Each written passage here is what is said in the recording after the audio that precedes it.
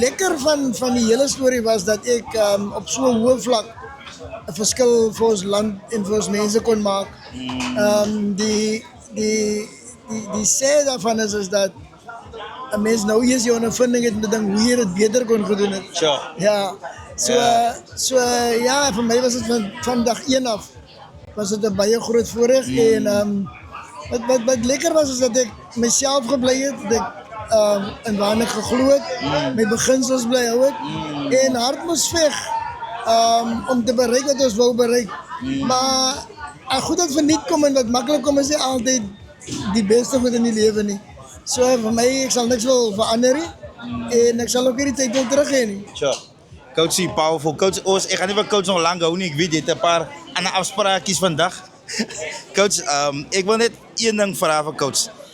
Wie is coach se beste speler met gespeel of wat coach afgerig het oor die jare as jy nou dink, jy weet julle mos 'n klomp legendes uit die Parel uit.